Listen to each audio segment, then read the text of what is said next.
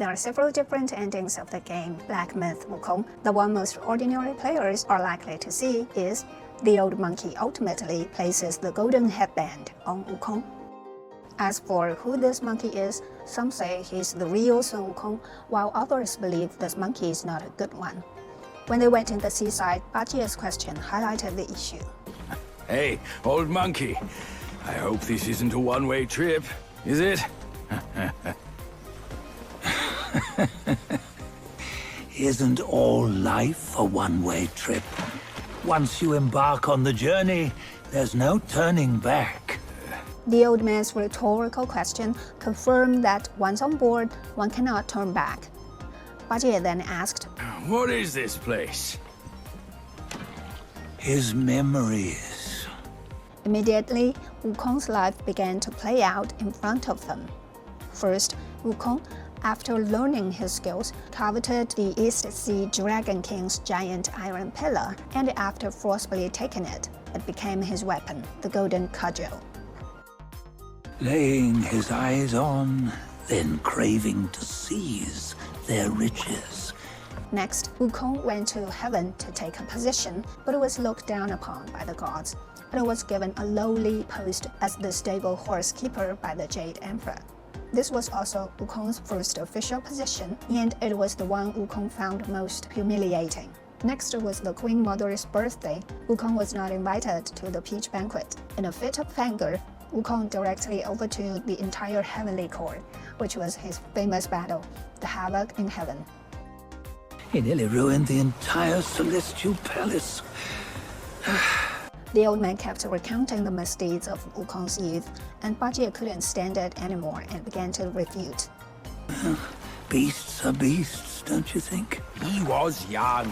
He didn't know any better. Hadn't learned from the Buddha or our master yet. Aren't you being a bit harsh? Dredging up the scandals from his youth?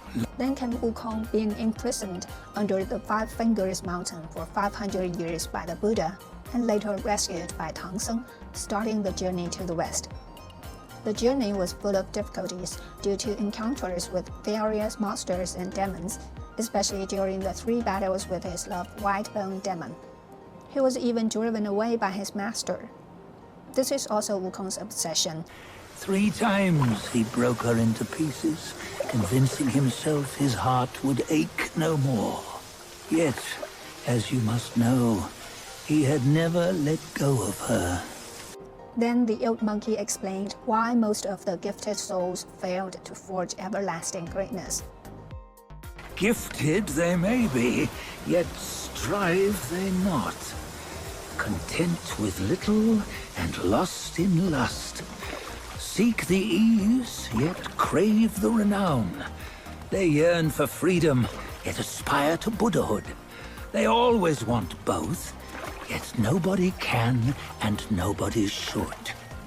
Then unexpectedly, the 3 of them approached, and in the memory scenes, they saw their current selves. But upon closer inspection, something seemed to be missing.